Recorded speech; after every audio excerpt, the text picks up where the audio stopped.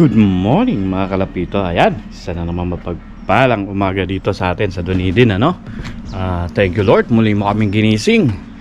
Isang napalaking blessing ang muling paggising sa atin ni Lord, no?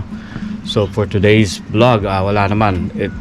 Ito yung third day na ng recovery ng ating mga warriors, ng ating mga ibon, no? From 460 kilometers na race last Friday. So na-move yun kasi nga dahil nung last kahapon, nakitang-kita naman, hindi tayo nakapag-vlog kahapon kasi busy. Pero yung weather unfavorable sa mga ibon natin. Hindi siya maganda, maulan, maulap. So mahirapan silang mag-navigate pauwi, pabalik. So kaya na-move yun nung Friday kasi yung Friday sunny yun, maaraw.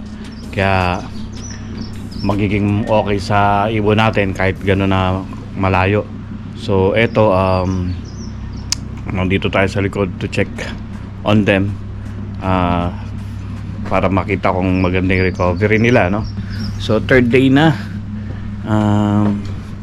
tama ba? O second day ng third day na kasi Friday sila dumating. So today is Sunday.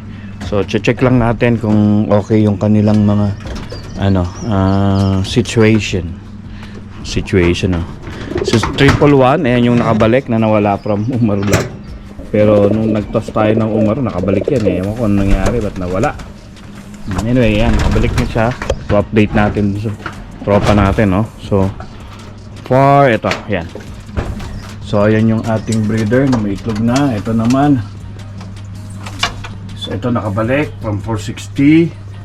Ito hindi natin na ikarera, gawa ng injured. Ayan, si 170 nakabalik. Ang ganda ng mukha, recovered na siya. Hindi lang na natin hawakan para hindi may stress. Si 157, and then so ayun din yung dalawang magkapatid dyan eh, nagpa-partner, kaya hindi natin na yung itlog niyan. So andito yung konti nung ating mga pangarera. So nandito is 1, 2, 3, 4, 5, 6, 7. So pero 5 lang dyan yung nag 460 na karera nung last lap Cheviot. So the rest hindi natin sinama. Ito hindi natin na isama no last time. Nung Ashburton yata dito na isama dahil injured. Ito yung nawala from Umaru. Pero since babalik ng Timaru, sasama natin sila. Dahil yun naman talaga ang purpose natin, no? Karera. So ayan. Hayaan muna natin sila maka-recover. And then sleepin natin yung kabilang section, Yeah. So ayan, pakita ko muna yung panahon. Thank you Lord, pagkatapos ng umulan maghapon, ayan, tutuyuin naman ni Lord. Ayan. So anyway, yung pinadala ko nga palang mga warriors, nasa 20 yan, 20 warriors. Lahat yan puro black ring. Ibig sabihin mga mag-iisang taon pa lang sila halos lahat.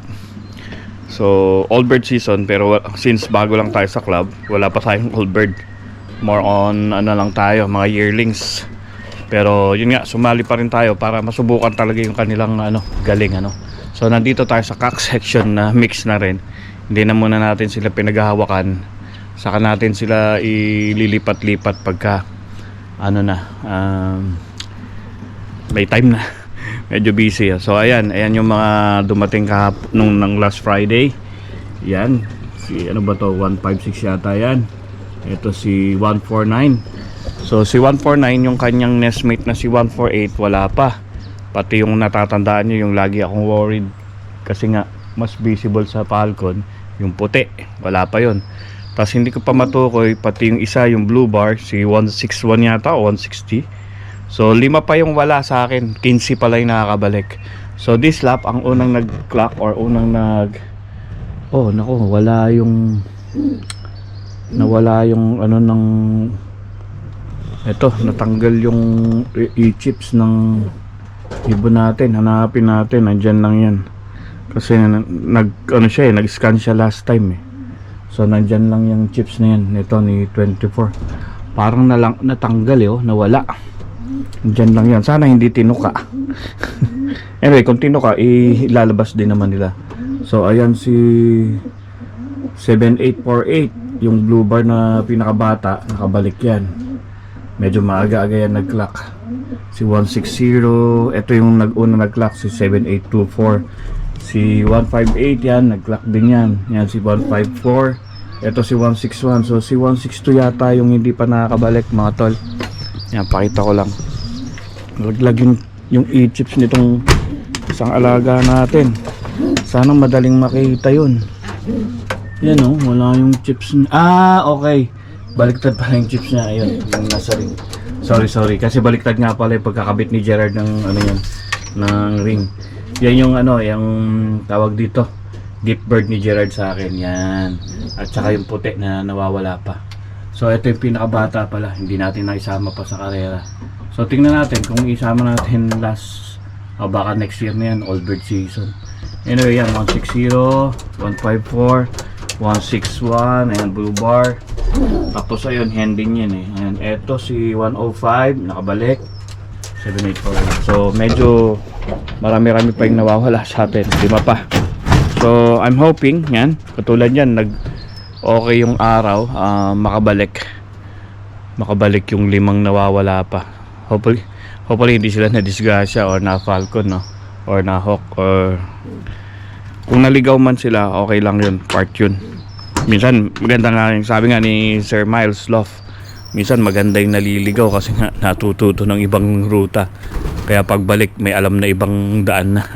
Anyway, yun talaga, no? Makabalik lang sila, malaking bagay na yun kasi nga napakalayo nun. Biro mo 460 by road, siguro pag by air distance nasa ano yan, nasa 420 yung air distance. So let's say 400, napakalayo pa rin, ano, para ilipa rin ng ating mga alaga, no? So ayan, makikita nyo okay naman na yung recovery nila. So buksan natin ulit. Ayan, 105, 158, napakagandang hen, oh, ayan, oh, mga kalapito, yung ganda. Tapos ito yung mili na huli nating breed. Bis na rin, ano, pwede na yan. Ayan, si 154, oh, napakaganda, napakapogi pala, si Blackjack. Si 160, hen din yan eh. Ito, si 161, napakaganda. 7848, hen. So halo-halo tayo dito. So ayan, ilan to? 1, 2, 3, 4, 5, 6, 7, 8, 9, 10, 11. 11 tong nandito. So alam ko 10 yung nasa kabila eh. Kaya sabi ko kulang tayo ng 5 yung 11 kasi 26 na sila dahil bumalik yung 111. So ayan, naghihintay silang kumain. Ayaw nila nitong maple fish na yan, sasayang lang, kaya hayaan mo silang magugutom ng konti. Pakainin natin sila maya maya bago tayo umalis. Alright, so para paglipat natin doon hindi na tayo pabalik-balik dito dahil marami rin tayong gagawin ngayon. Today is Sunday. Meron tayong basketball game. At the same time merong clock off sa club. So hanggang dito na muna siguro yung vlog natin mga kalapito, no? Update ko na kayo sa susunod kung may mga bumalik pa dun sa 5 nawawala pa. 5 hindi pa nakakabalik. Ayan, 166 pala to. Ang gandang hen, oh. Ayan, oh, gandang hen, 166. And then itong blue bar, itong 7848, napakaganda. Sino ba yung matapang na yun? Si Tripuluhan, hen yun eh. Alright, so hanggang sa muli mga kalapito, magkita-kita tayo. Salamat sa panonood. Bye.